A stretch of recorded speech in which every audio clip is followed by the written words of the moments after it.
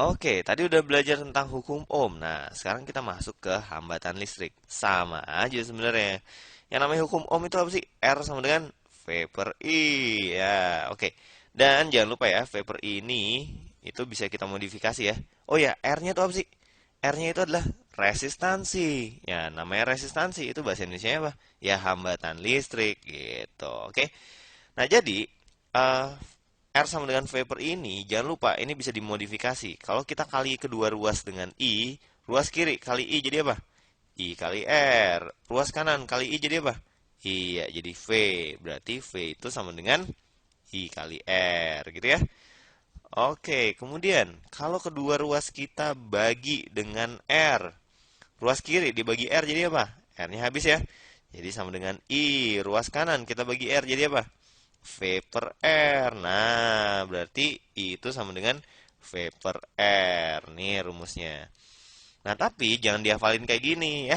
Jangan dihafalin tiga-tiganya. Wah, R sama dengan V per I. V sama dengan I kali R.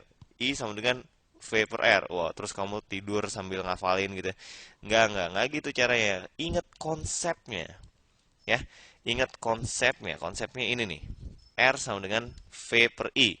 Kemudian kamu bisa melakukan ini sendiri. Gampang banget. Oke? Ya udah. Oke, jadi gitu ya. Nah, sekarang aku mau cerita dikit nih, gunanya hambatan listrik. Kamu pernah nggak sih iseng melakukan hal seperti ini nih? Ini misalkan batu baterainya ini kemudian kamu hubungkan antara kutub positif dengan kutub negatifnya menggunakan suatu kabel. Pokoknya kabelnya itu bisa berupa apapun sih, yang penting konduktor gitu ya. Ya, coba kamu hubungin kayak gini. Oh ya, melakukan hal seperti ini sebenarnya bisa merusak baterai ya, bisa merusak baterai ya. Tapi nggak apa-apa. Kalau misalnya ini membuat kamu jadi cerdas, ya nggak apa-apa dong. Oke, ya. Nah, sekarang ketika batu baterai ini kamu hubungkan seperti ini, kamu pegang deh bagian badan dari batu baterai ini. Apa yang kamu rasakan di sini? Ya, coba. Pernah nggak? Kalau nggak pernah, cobain aja dulu, nggak apa-apa, serius. Coba ya kamu pegang. Nah, sekarang kalau kamu udah pernah nyobain, kamu pasti tahu apa rasanya pas kamu megang di sini. Iya, dia menjadi apa? Menjadi panas, menjadi lebih panas gitu ya. Kerasa agak panas dikit gitu ya. Kerasa panas. Nah, kenapa itu bisa terjadi?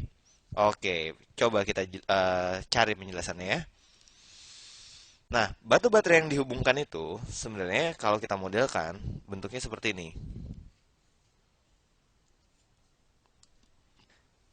Oke, ini adalah tegangannya. Ini adalah tegangannya. Misalkan batu baterai seperti itu biasanya 1,5 volt gitu ya. Oke, tapi kita anggap aja 3 volt misalkan biar gampang hitungnya. Oke, kemudian di sini nggak ada hambatannya. Kabelnya itu nggak ada hambatannya. Berarti kita bisa bilang hambatannya itu mendekati nol. Nah, sebenarnya nggak ada hambatan yang mendekati nol. Tapi coba kita ambil suatu nilai yang nilainya dekat banget sama nol ya, misalkan 0,001 gitu ya. 0,001 ohm misalkan. Oke, berarti ada hambatan tapi dikit gitu ya. Nah, kalau gitu sekarang pertanyaannya, berapa arusnya? Ayo, berapa arusnya? Oke, tadi kita udah tahu I itu sama dengan V per R. Nah, berarti V-nya berapa? V-nya 3 volt per R-nya berapa? 0,001. Iya, berarti arusnya berapa coba? Oke, bagian atas kita kali 1.000, bagian bawah kita kali 1.000. Pembilang dan menyebut kali 1.000 per 1.000. 1.000 per 1.000. Oke, bagian pembilangnya jadi 3.000. Bagian penyebutnya jadi 1 gitu ya. Oke, berarti dia sama dengan 3.000 ampere. Woi, gede banget nih. Nggak mungkin sebenarnya arus segede gini.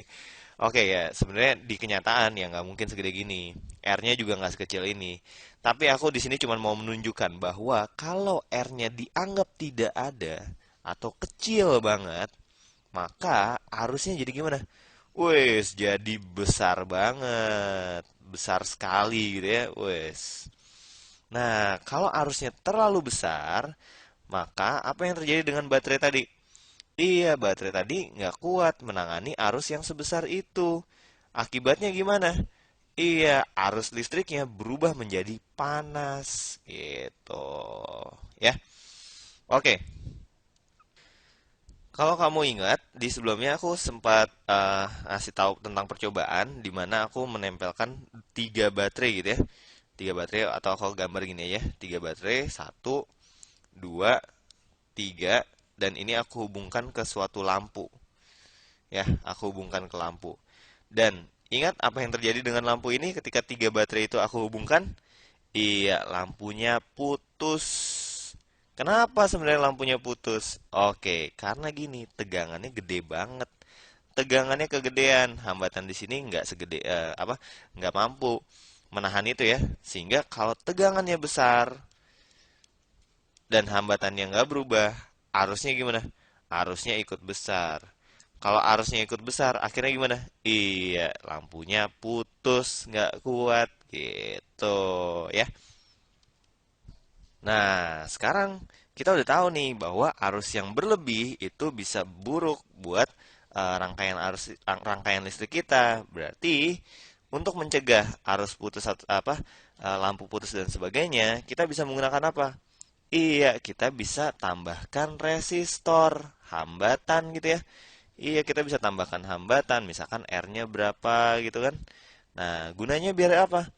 Iya, supaya tegangan di sini nggak gede-gede amat. Dan arus listriknya juga kecil gitu ya. Oke, jadi gitulah konsepnya, oke? Jadi hambatan itu ada gunanya, banyak malah. Supaya apa? Supaya arusnya tidak terlalu besar, oke? Ya udah gitu aja dulu.